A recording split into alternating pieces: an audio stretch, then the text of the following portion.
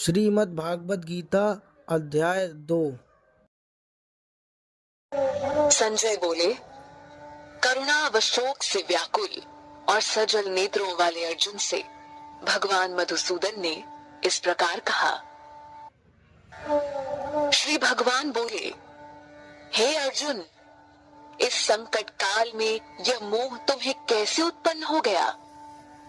यह आचरण आर्य पुरुषों को शोभा नहीं देता, क्योंकि इससे न ही स्वर्ग मिलने वाला है और न यश।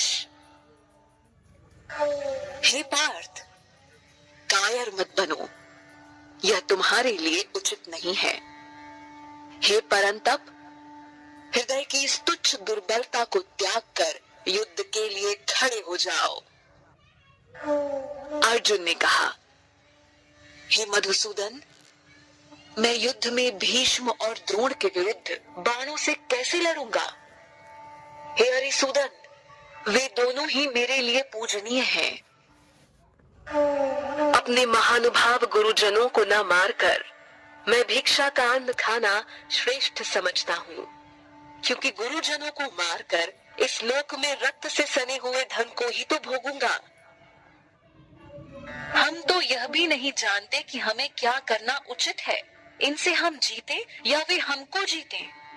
इन्हें मारकर हम जीवित नहीं रहना चाहते। वे ही धृतराष्ट्र के पुत्र हमारे सामने युद्ध के लिए खड़े हैं। करुणा रूपी दोष के कारण मेरा मन कर्तव्य के प्रति भ्रमित हो गया है। अतः जो मेरे लिए कल्याणकारी है उसे निश्चित रूप से बताइए, क्योंकि मैं आपकी शरण में हूँ। मुझे शिष्य की भांति उपदेश दीजिए। यदि पृथ्वी पर धन धान्य से संपन्न और शत्रुहीन राज्य तथा देवताओं पर आधिपत्य मिल भी जाए, तो मुझे ऐसा कोई उपाय नहीं दिखता जिससे इंद्रियों को सुखाने वाला शोक दूर हो जाए। संजय बोले, इस प्रकार यह कहकर अर्जुन ने भगवान श्री कृष्ण से यह कहा, हे गोविंद, मैं युद्ध नहीं करूंगा, और चुप हो गए। हे भरतवंशी धृतराष्ट्र, दोनों सेनाओं के बीच शोक में डूबे अर्जुन से श्री कृष्ण ने मुस्कुराते हुए यह वचन कहे। श्री भगवान बोले, तो उनके लिए शोक करता है जो शोक करने योग्य नहीं है और ज्ञानी जैसे वचन बोलता है, किंतु पंडित जन मरे हुए और जीवित दोनों के लिए शोक नहीं करते। ऐसा नहीं है कि मैं किसी काल में नहीं था या तुम नहीं थे, अथवा ये राजा लोग नहीं थे, और ना ही ऐसा होगा कि भविष्य में हम सब नहीं रहेंगे। जैसे जीवात्मा की यह देह बचपन, जवानी और बुढ़ापा को पार करती है, वैसे ही मृत्यु के बाद जीवात्मा अन्य शरीर को धारण करती है। धीर पुरुष इससे विचलित नहीं होते। हे कौन्तेय, सर्दी गर्मी और सुख दुख इंद्रिय और विषयों के संयोग द्वारा प्रारंभ और अंत होते हैं। वे अनित्य हैं। अतः हे भारत, हे पुरुष सहन करो। जो पुरुष दुख और सुख को समान समझकर उससे विचलित नहीं होता, वह मोक्ष के योग्य होता है। असत्य का कोई अस्तित्व नहीं है और सत्य का अभाव भी नहीं है। इन दोनों की वास्तविकता तत्वदर्शी ज्ञानी द्वारा देखी गई है। तू इस अविनाशी तत्व को जान, जिससे यह संपूर्ण जगत व्याप्त है। इस अविनाशी का कोई विनाश भी नहीं कर सकता। इस शरीर में आत्मा अविनाशी और अबोध गम्य है। शरीर नाशवान है, इसलिए हे भारत, तू युद्ध कर। जो इस आत्मा को मारने वाला समझता है और जो इसे मरा मानता है, वे दोनों नहीं जानते कि ये आत्मा न मरती है और न मारी जाती है। आत्मा न तो कभी जन्म लेती है और न कभी मरती है, न ही उत्पन्न होकर पुनः न होने वाली है। यह अजन्मा, नित्य, शाश्वत और पुरातन है। शरीर के मर जाने पर भी यह नहीं मरती। हे पार्थ, जो पुरुष आत्मा को अविनाशी, अजन्मे और अव्यय स्वरूप को जानता है, वह कैसे किसी को मार सकता है और कैसे किसी को मरवाएगा। जिस प्रकार मनुष्य फटे पुराने वस्त्रों को त्याग कर नए वस्त्र धारण करता है, उसी प्रकार आत्मा पुराने शरीर को त्याग कर नए शरीर को धारण करती है। इस आत्मा को शस्त्र काट नहीं सकते, अग्नि जला नहीं सकती, जल गीला नहीं कर सकता और वायु सुखा नहीं सकती।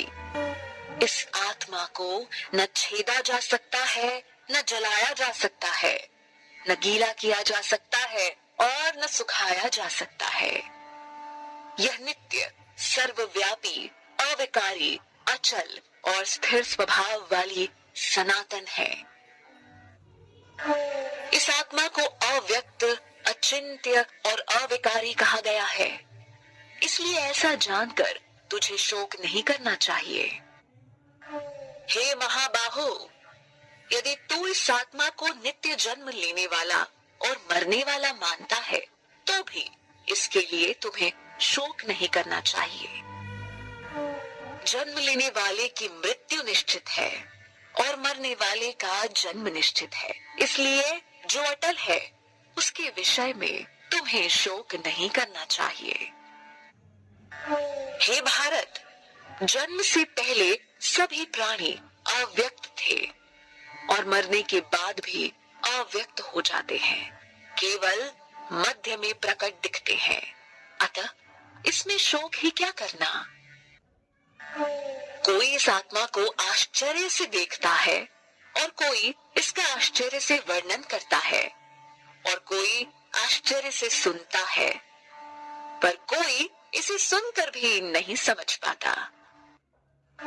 हे भारत, शरीर में रहने वाली इस आत्मा का कभी वध नहीं किया जा सकता, इसलिए किसी भी प्राणियों के लिए तू शोक मत कर। इसलिए अपने धर्म को देखते हुए युद्ध करने में संकोच मत कर, क्योंकि क्षत्रिय के लिए धर्म युद्ध से बढ़कर दूसरा कोई कल्याणकारी कर्तव्य नहीं है। हे पार्थ, वे क्षत्रिय धन्य है जिन्हें ऐसे युद्ध का अवसर प्राप्त होता है। ऐसा युद्ध खुला हुआ स्वर्ग का द्वार है। यदि तू इस धर्म युद्ध को स्वीकार नहीं करता है, तो अपने धर्म और यश को खोकर पाप का भागी बनेगा। सब लोग हमेशा तेरी अपयश को कहते रहेंगे। एक सम्मानित पुरुष के लिए अपयश मृत्यु से भी बढ़कर है। महारथी योद्धा तुझे भय के कारण रण छोड़ भाग कहेंगे। जो लोग तेरा आदर करते थे, वे ही तुझे तुच्छ समझेंगे। तेरे शत्रु तेरे सामर्थ्य की निंदा करते हुए बहुत से कटु वचन बोलेंगे, फिर उससे अधिक दुख तुझे क्या होगा। यदि तू युद्ध में मारा गया तो स्वर्ग प्राप्त करेगा और विजय हुई तो पृथ्वी का सुख भोगेगा। इसलिए हे कौन्तेय, खड़ा हो जा और निश्चय पूर्वक युद्ध कर। सुख दुख, लाभ हानि और जय पराजय में संभाव रहकर युद्ध के लिए तैयार हो जा, फिर तुम्हें पाप नहीं लगेगा। हे कही गई है, और अब तू कर्म योग के विषय में सुन। इस बुद्धि से युक्त होकर तो कर्म बंधन से छूट जाएगा। इस कर्म योग में किए गए प्रयास का नाश नहीं होता और ना ही फल दोष होता है। इस धर्म का पालन करने से महाभय से रक्षा होती है। हे कुरु नंदन, इस कर्म योग में निश्चयात्मक बुद्धि एक ही होती है, किंतु अस्थिर चित्त वाले पुरुषों की बुद्धियां अनेक प्रकार की और अनंत होती हैं। हे पार्थ, अविवेकी पुरुष वेदों की पुष्प जैसी आकर्षक और दिखावटी वाणी बोलते हैं और कहते हैं कि स्वर्ग से बढ़कर और कुछ नहीं है। वे कामनाओं में लिप्त होकर स्वर्ग को ही श्रेष्ठ भोग एवं ऐश्वर्य प्रदान करने वाली, जन्म रूप कर्म फल को देने वाली अनेक क्रियाओं को बताते हैं। भोग और ऐश्वर्य में आसक्त लोग, जिनके चित्त को आकर्षक व दिखावटी वाणी द्वारा हर लिया गया है, ऐसे लोगों की निश्चयात्मिका बुद्धि परमात्मा में नहीं होती। हे अर्जुन, तू वेद के तीनों गुणों से रहित और निर्द्वंद हो जा और नित्य सत तत्व में स्थित होकर योग क्षेम को न चाहते हुए परमात्मा में स्थित हो जा।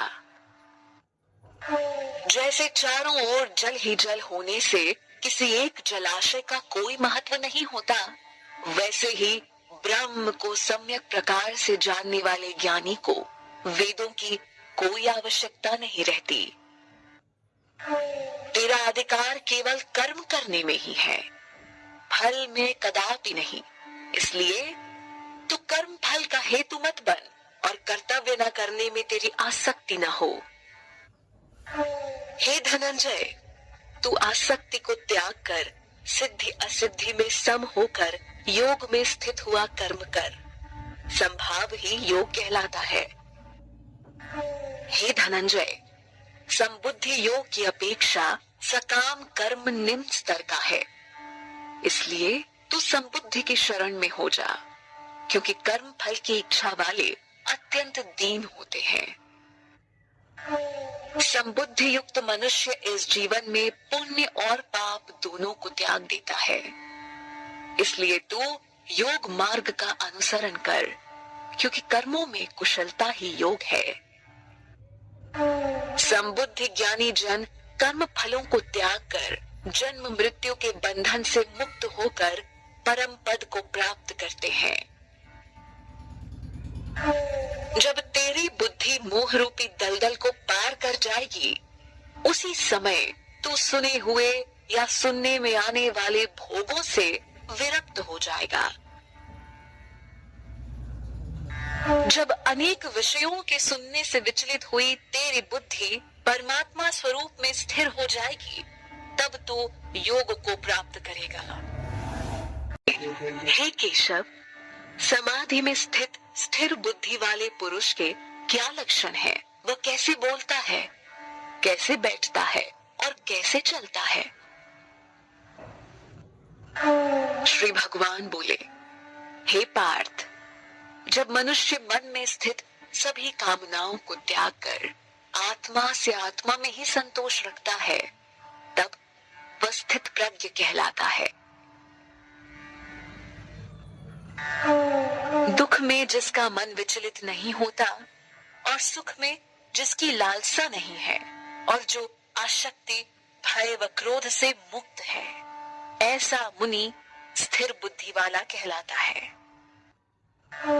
जो पुरुष सर्वत्र स्नेह रहित है तथा शुभ या अशुभ होने पर न तो प्रसन्न होता है और न दुखी होता है, वह प्रतिष्ठित बुद्धि वाला कहलाता है।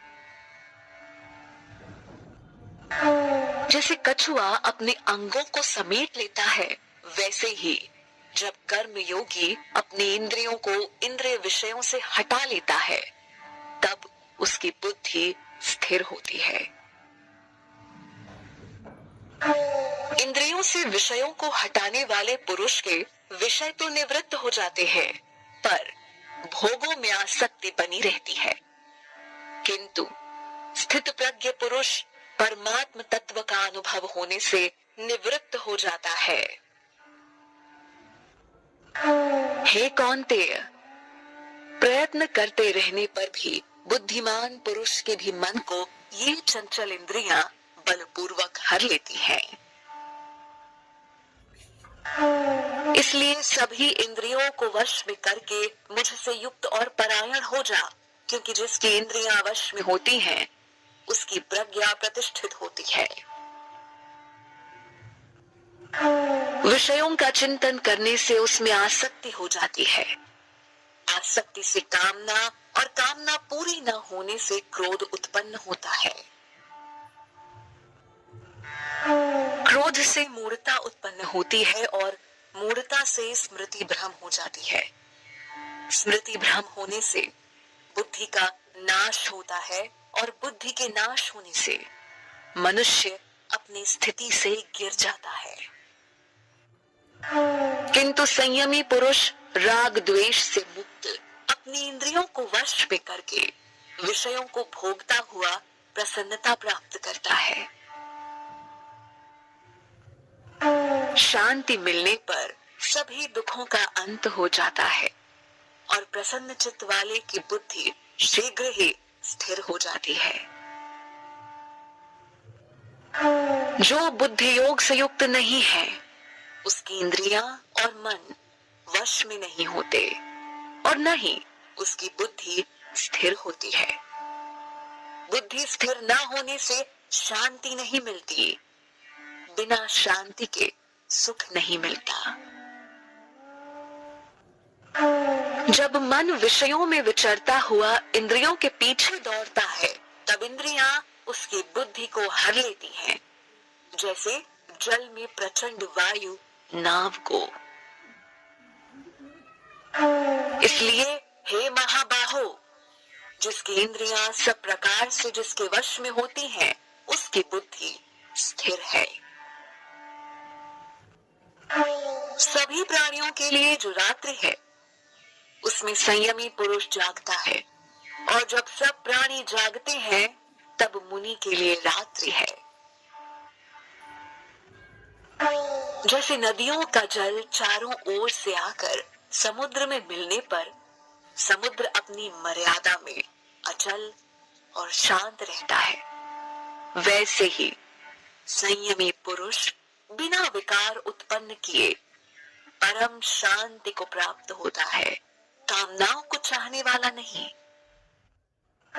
जो मनुष्य सभी कामनाओं को त्याग कर मिथ्या अहंकार वासना और ममता रहित होकर विचरता है वह शांति को प्राप्त होता है।